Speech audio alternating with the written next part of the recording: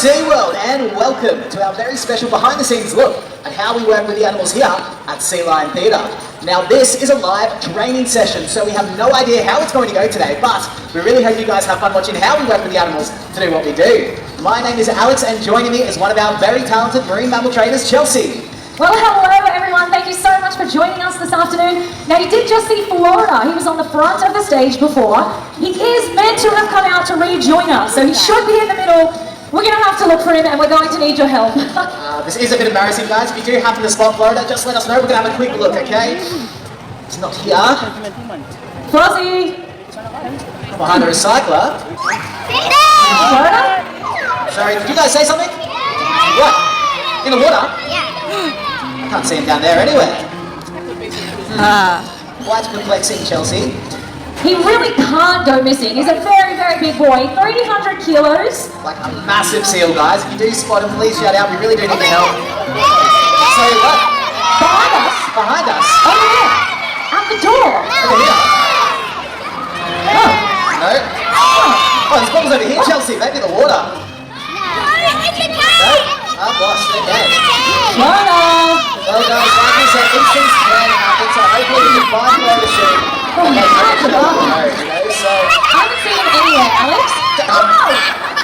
And there he is, guys. A round of applause for Florida. Now, guys, what you actually just witnessed was, in fact, a trained behaviour, and these guys are always learning. So if they do succeed in one of their behaviours this morning, best to give them a big round of applause, as it positively reinforces it. Thank you very much. Now, Chelsea, was Florida able to learn that all by himself? Flossie, are you so smart that you did all that by yourself? Oh, you are. I see. I think he might be telling fibs, because we do have a whole team of marine mammal trainers that makes that magic happen. So let's introduce the team. We have Hannah, Kelly, and of course the big man in the middle, Florida. All right, we're going to send Flossie over with Kel, and we can get the party started, Alex. No worries, up to you, Chelsea. So how long did it take Florida to learn that behaviour? Well, believe it or not, we have been teaching Florida those little secrets to slip and slide all over the stage for around about 6 months now. Now, 6 months, and do all seals take that long to learn those behaviours? It depends on... Now, who is this, Chelsea? Alright, this little guy, his name is Rocco.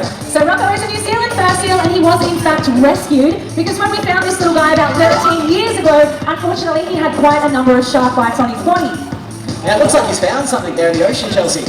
Alright, little rock doggy. Now, in case you haven't noticed, all of our seals have nicknames as well as their original name. This little guy, we call him Rocco, Rock Doggy, Rock Melon. He's a pretty handsome little boy. Now what have we got here, guys? A plastic water bottle. Now, of course, we know that this does not belong in the ocean. So where does it belong? In the red bin? No, that's right, guys. In the recycling bin, so it can be repurposed for something else. So Rocco's gone ahead and gone backstage. We're going to be seeing him up close and personal, Chelsea? Yes, we most definitely are. Now, Rocco, when he just came... Yes, they are quite fast when they move on land, or if they get driven in on a boat, they are also quite fast as well. That's it. Mickey making his regal entrance on his favourite boat, with Hannah, of course, driving. And I think they're going to come and show us a few things now. Now, it looks like Mickey does have a different coat of fur than Busted. Yes, so the first animal that we met has 1 layer of fur, and the second animal you're meeting now, Rocco, he does have 2 layers of fur, and that is because he is a New Zealand fur seal.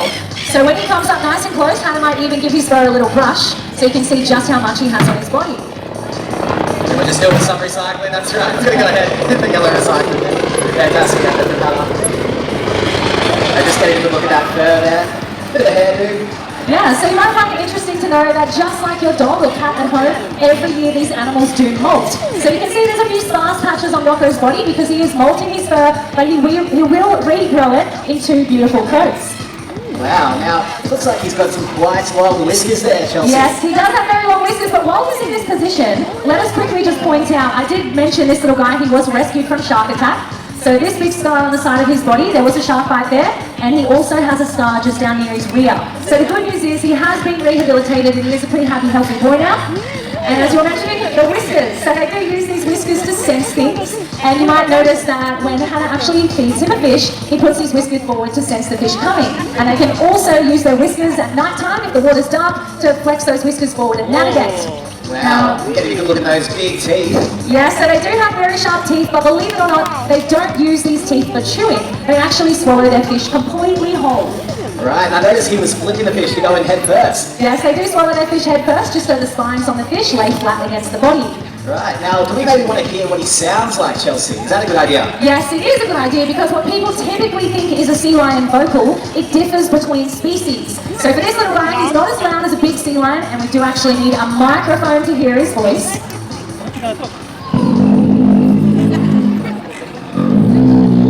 Interesting. So that is the vocalization of the New Zealand fur seal. Alright, now we're going to get a look at how he moves between trainers. Is that right, Chelsea? Yes, so this is how we send our animals from one trainer to another. We use a behaviour known as a recall. So it's actually a sound that Rocco is, and when Hannah sends him, I'll make this noise and Rocco knows to go to the sound. Now he certainly is quite fast on the ground, Chelsea. Yes, he is. So inside those front flippers, he does actually have bones similar to that of a human hand. So he can move well on the land. Now, you might see he does have little ears on the side of his head. So Hannah's hiding now, and we're going to make sure that Rocco is listening for the recall and not just looking for Hannah. So let's see how he goes.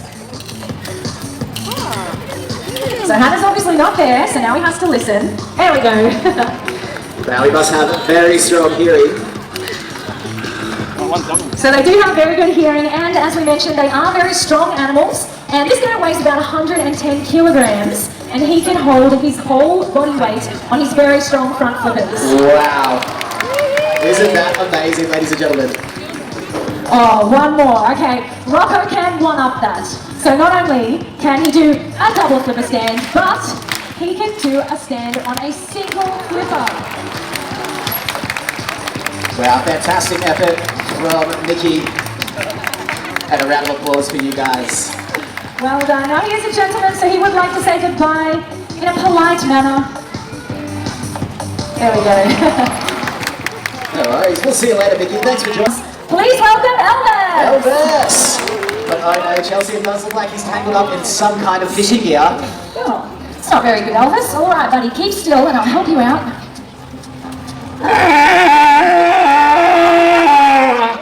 Nikki said thank you. You know, certainly did. And he does have an important message for everyone, that it is very important to make sure all of your fishing tackle or rubbish goes in the bins or you recycle, because if it ends up in the ocean, our animals, they can become entangled in it or even ingest it.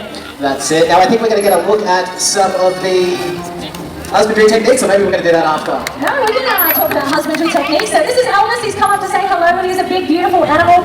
You know, husbandry behaviours, they are basically medical behaviours that enable us to work with our animals here and keep them happy and healthy. So we do teach them a lot of fun little behaviours, but the important things is to be able to check their teeth, to be able to do full body inspections, check their rear flippers. If we ever need to see the underside of their body, they can actually roll over. And then we can check the underside of their flippers, their belly button. We can even do voluntary blood samples if necessary. And just like your pets at home, we do vaccinate our animals as well. Right. Now, does Elvis perhaps have something to say? Wait a moment.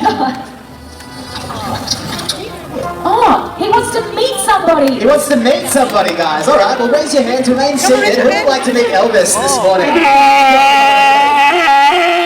I think Elvis is very excited to meet you. What's your name? Caleb. All right, ladies and gentlemen, big round of applause for Caleb. And we'll just get you acquainted over here, mate. There you go. All right, so this is Caleb's lucky day because at the moment Kelly is going to teach him a few of the signals that we use to communicate with our animals. So you can see she's just taught him how to do a wave. And these animals, they're very smart. They can actually learn up to around about 50 different behaviours. And for every single behaviour, there is a different signal or cue. And again, swallowing that fish whole. And of course, no microphone needed for Elvis. Well done, Caleb. Still trainer in the making there. That's it. Fantastic effort, Caleb. Now, Chelsea, I was speaking to Elvis just before, and he did tell me that he has been working on a bit of a dance number. So let's go ahead and hit the music.